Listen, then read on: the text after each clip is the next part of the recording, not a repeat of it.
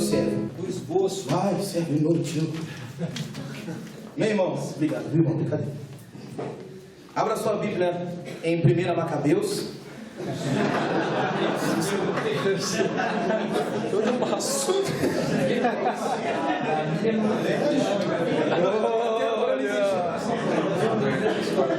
Eu não entendi. Graças, irmão. Não é canônico? Livro de Enoque. Brincadeira, irmãos, abra no Evangelho de João. Meu Deus. Ufa, né?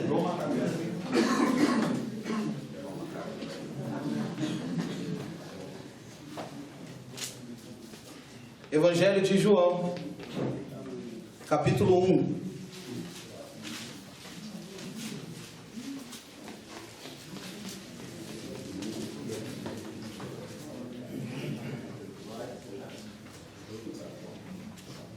Nós vamos ler do versículo 43 até o 49.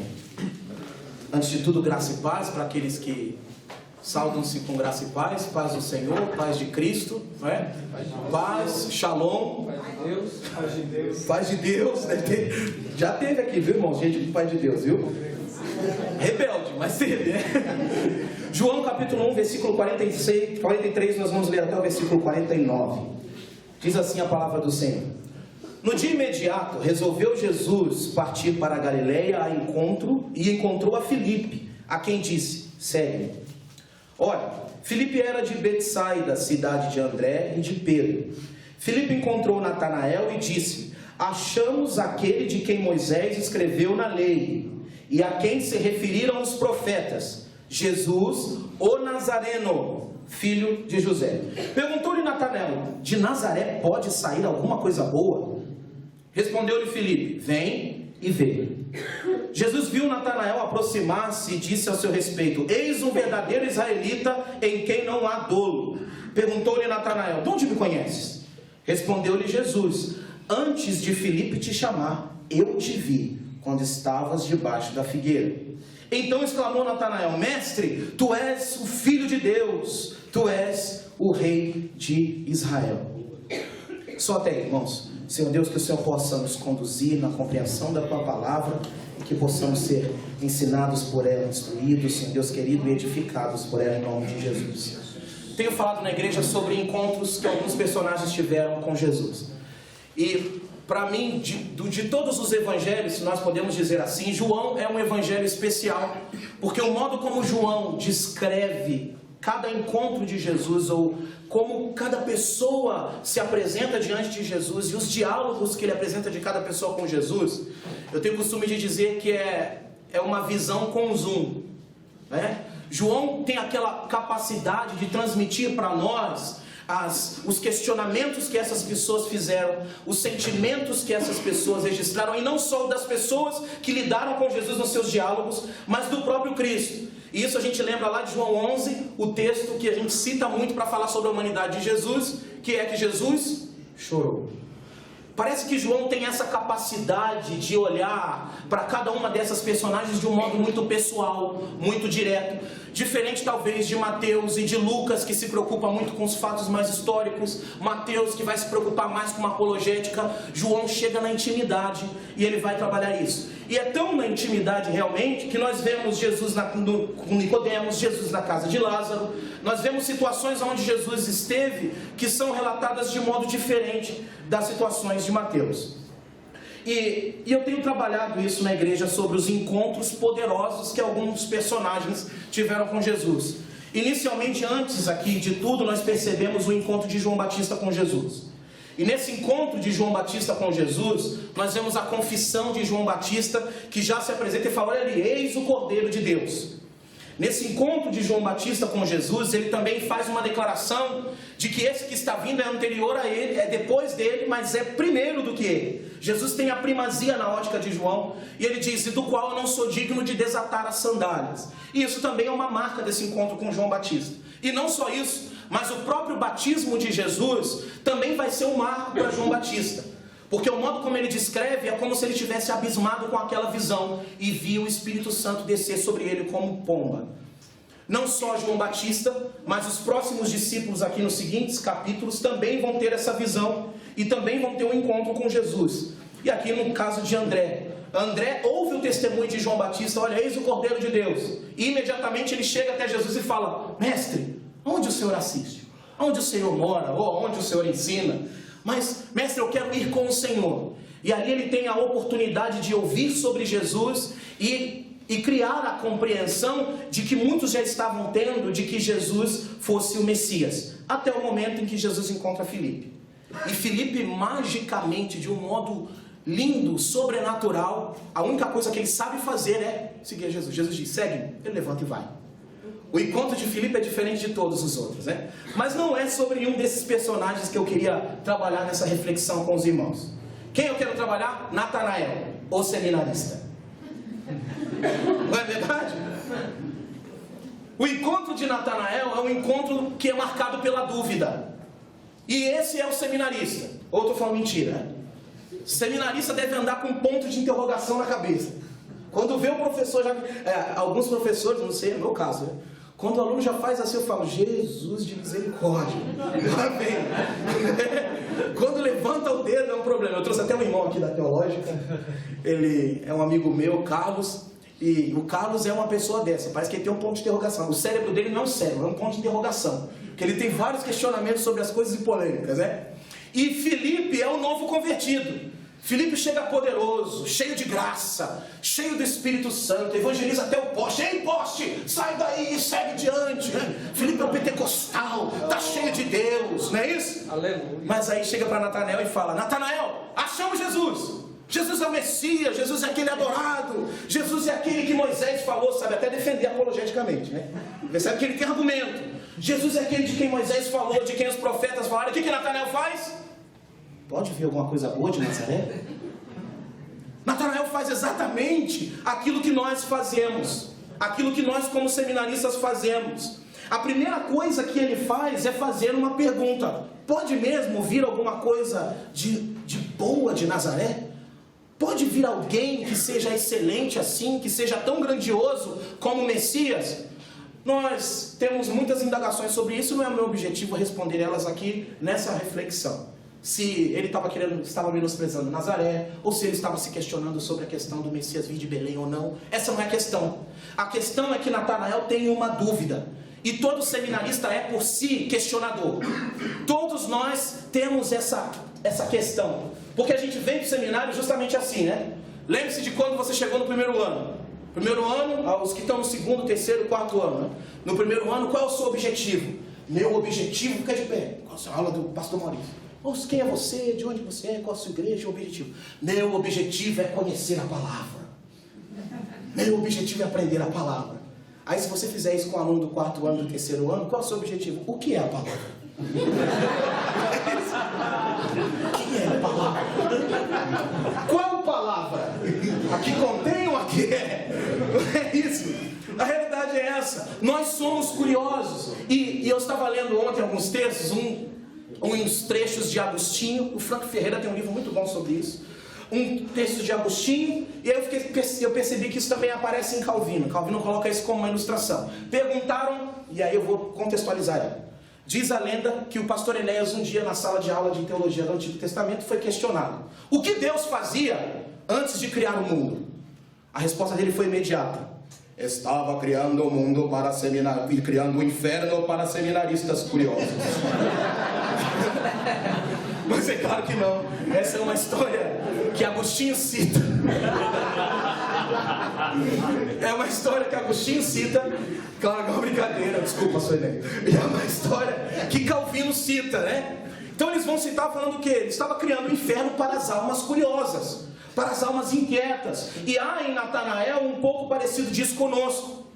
Um pouco de dúvida, um pouco de questionar-se de será que é mesmo? Nós não percebemos nele um homem incrédulo, mas nós percebemos um homem que está se questionando, ou que parece até ter uma expectativa sincera no seu coração sobre quem é o Messias.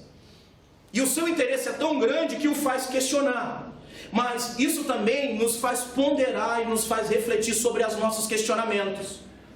Qual é a dúvida que vai no seu coração e como essa dúvida se manifesta no seu desenvolvimento no seminário? O que você pensa sobre Cristo? Aquilo que você lê sobre Cristo hoje não pode moldar aquilo que você construiu com a sua experiência poderosa diante dele. Não pode moldar aquilo que o Evangelho fez no seu coração, na sua vida. E muitas vezes os nossos questionamentos são tão pejorativos quanto o de Natanael, talvez. Às vezes, com o passar do tempo, nós vamos lidando com tantas literaturas, com tantos conhecimentos, que a gente passa a se questionar a pessoa de Cristo. A gente passa a questionar sobre quem de fato é Deus, se Jesus de fato é Deus, se Trindade de fato existe. Nós passamos a pôr em xeque a palavra de Deus, e aí nós agimos com essa dúvida que acaba com a nossa fé, com essa dúvida que destrói o nosso coração. E existe uma grande diferença, meu irmão, entre dúvida, entre falta de fé e falta de compreensão. Nós não conheceremos Deus completamente, e nós aprendemos isso na doutrina de Deus. Nós não temos a clareza de tudo aquilo que Deus é, de toda a excelência de Deus. E se nós tivéssemos, nós deveríamos questionar sobre esse conhecimento. Deus não nos concedeu tudo isso. O nosso conhecimento de Deus é progressivo. Nós vamos aprendendo com Ele, nós vamos lidando com a palavra de Deus, e a palavra de Deus vai nos apresentando este Deus em meio às experiências de um Israel em diversos diversos períodos da sua história. Há uma diferença entre falta de compreensão e falta de fé. Na dúvida como falta de compreensão, de fato nós sempre vamos aprender mais. E não é um erro e não é um pecado você não compreender bem algo. Às vezes nós achamos que não, eu preciso, que a nossa fé é aquela fé inquestionável, é aquela fé que não se debruça. Se a minha fé é inquestionável, então eu já não tenho mais motivos para estudar. Pelo contrário, são os meus questionamentos que me colocam no texto e me fazem buscar mais sobre Deus, entender mais sobre quem é Jesus. E à medida que eu vou entendendo, eu vou me emaranhando em outras compreensões, em outros entendimentos, e isso vai trazendo para mim um novo modelo de experiência com Deus, um novo modelo de realidade diante de Deus e de chamado. Mas quando a minha dúvida me direciona a não compreender isso aqui como verdade, a não compreender a realidade de Jesus, então eu preciso me questionar, preciso duvidar da minha dúvida. Eu preciso parar e falar, para, porque isso aqui não vai mudar aquilo que Cristo fez em mim. Isso não pode mudar o conceito que eu tenho e a experiência que eu tenho. E aí a gente lembra das palavras de Paulo tão poderosa, né? Irmãos, foi isso que aconteceu comigo. Eu não sou louco. Ele apareceu para mim, me derrubou, me jogou no chão, e a única coisa que eu posso fazer agora é falar dele. Então, às vezes, nós vamos lidar, e é normal que isso aconteça, meu irmão. Você vai lidar com questionamentos diversos.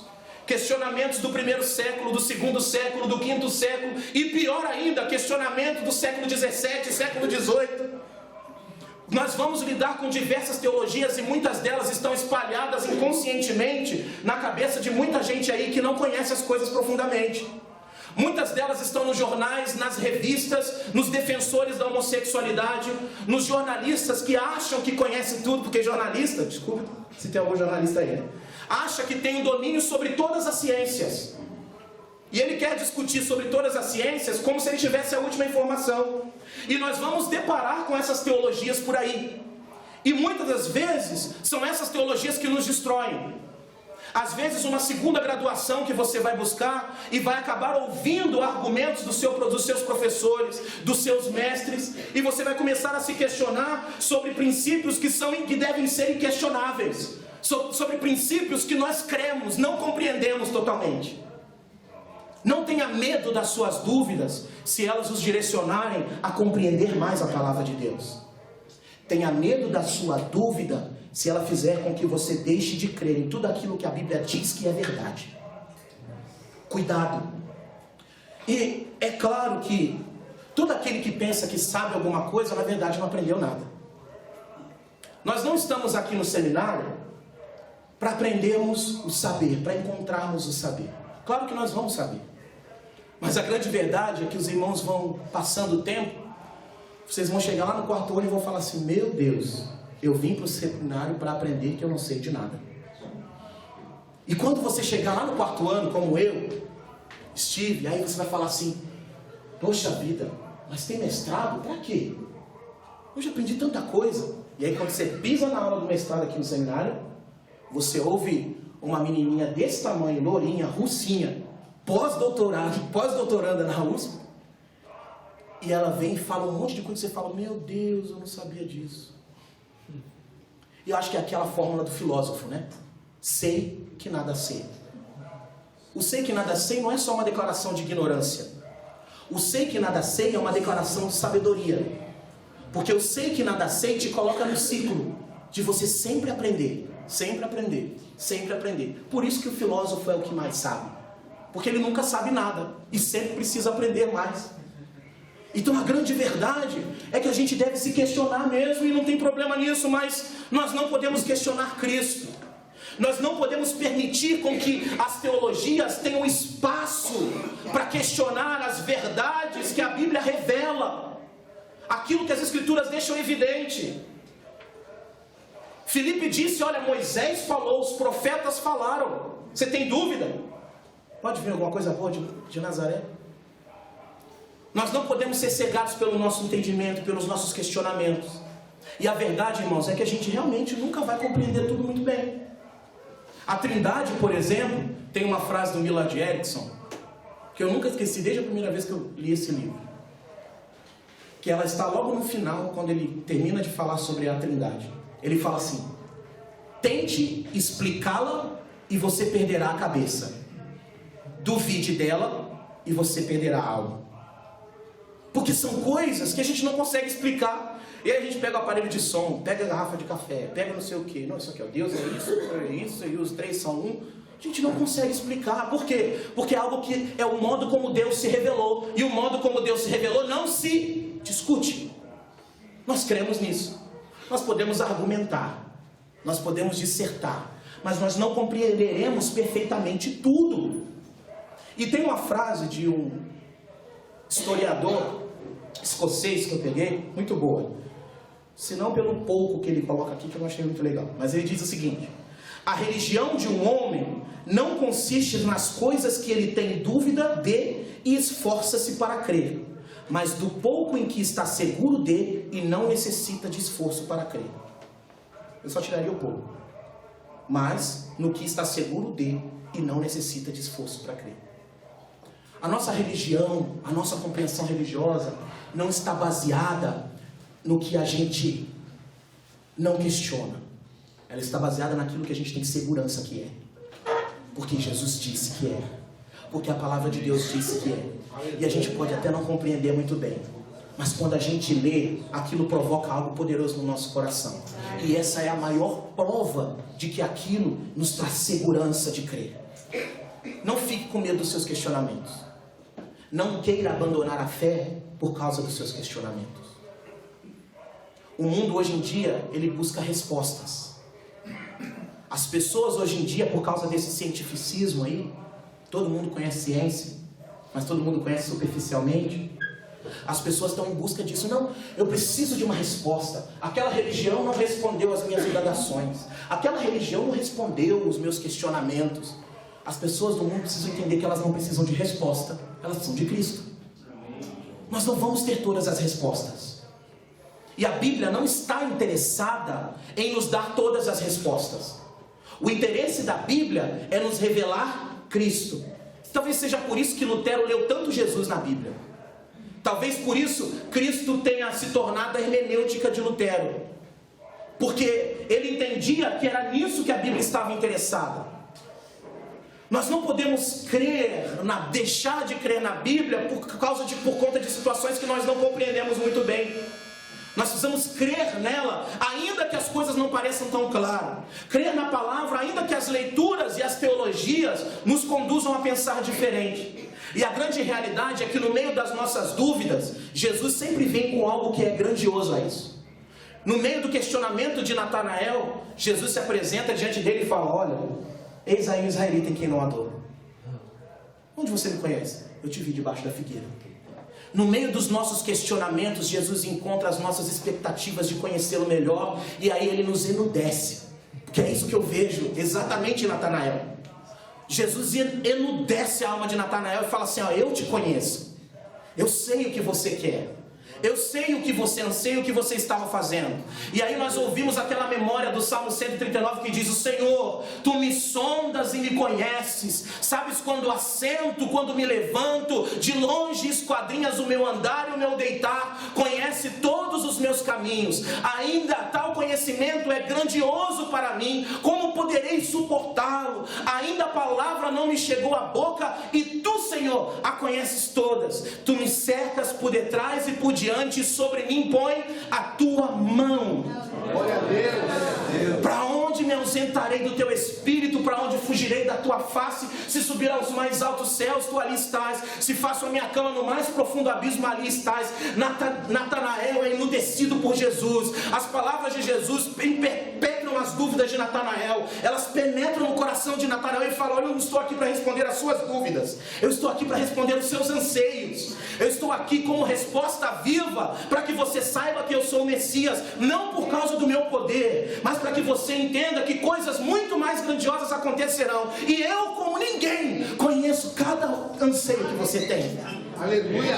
Os nossos questionamentos, as nossas dúvidas, elas são completamente quebradas e desmontadas por causa da pessoa de Cristo.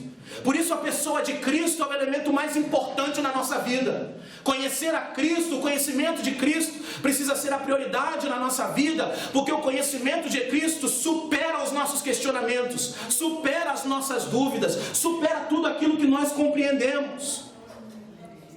Nós precisamos ouvir mais o que Jesus tem a dizer a nosso respeito. E eu aprendi uma coisa. Por algum tempo, e isso foi há pouco tempo, irmãos, eu percebi que eu lia a Bíblia, mas não deixava a Bíblia me ler. Eu descobri que eu estava lendo muito a Bíblia, mas muito. Gente que mexe com línguas, né, com grego, hebraico, que fica trabalhando com Bíblia, a gente trata da Bíblia o tempo todo, mas a Bíblia já não estava falando aqui, ó. E às vezes nos nossos estudos a gente vai se envolvendo tanto a Bíblia como objeto de estudo, que a gente deixa de ouvir a Bíblia. A gente deixa de ter ela nos nossos momentos devocionais. A gente deixa de ler a Bíblia dizendo: Senhor, fala comigo nas experiências dessas pessoas. Porque a gente acostumou com as nossas muitas leituras teológicas sobre ela. E ouvir o que Cristo tem a dizer a respeito é a melhor forma de nós respondermos às nossas indagações. A melhor forma de nós termos as nossas dúvidas respondidas é ouvindo Jesus, ouvindo a voz de Jesus falando no nosso coração. No fim disso tudo, a única coisa que nós conseguiremos fazer é o que está no versículo 49. Então, exclamou Natanael: Mestre, tu és o Filho de Deus, tu és o Rei de Israel. Amém? Não precisa falar mais nada, né? A única coisa que a gente pode fazer no fim de tudo é falar: Senhor, eu sou um eterno aprendiz. Eu pequei porque eu duvidei do Senhor, porque eu questionei o Senhor, mas o Senhor tem respondido cada indagação do meu coração e tem me direcionado a perceber que o Senhor é o Rei, que o Senhor é o Mestre, o Senhor é aquele que eu esperava. A declaração de Natanael não é só dizendo que Jesus é um grande mestre. A declaração dele é dizendo: realmente, eu questionei se o Senhor é o Messias, mas agora eu percebo, o Senhor é o Messias. Por quê? Porque o Senhor ouviu minha dúvida, mas revelou a minha alma, entendeu o que estava acontecendo no meu coração. Acima dos nossos questionamentos, irmãos, não deixe que o seu questionamento destrua a sua fé. Não deixe que o seu questionamento te direcione a distanciar-se de Deus, distanciar-se da igreja. Não deixe com que o seu questionamento te faça alguém frio, um crente gelado, que não ora mais, que não estuda, não lê mais a palavra. Faça com que os seus questionamentos sejam a base para você conhecer mais a Jesus, para você perceber Ele como o Messias e o Mestre da sua vida. Amém?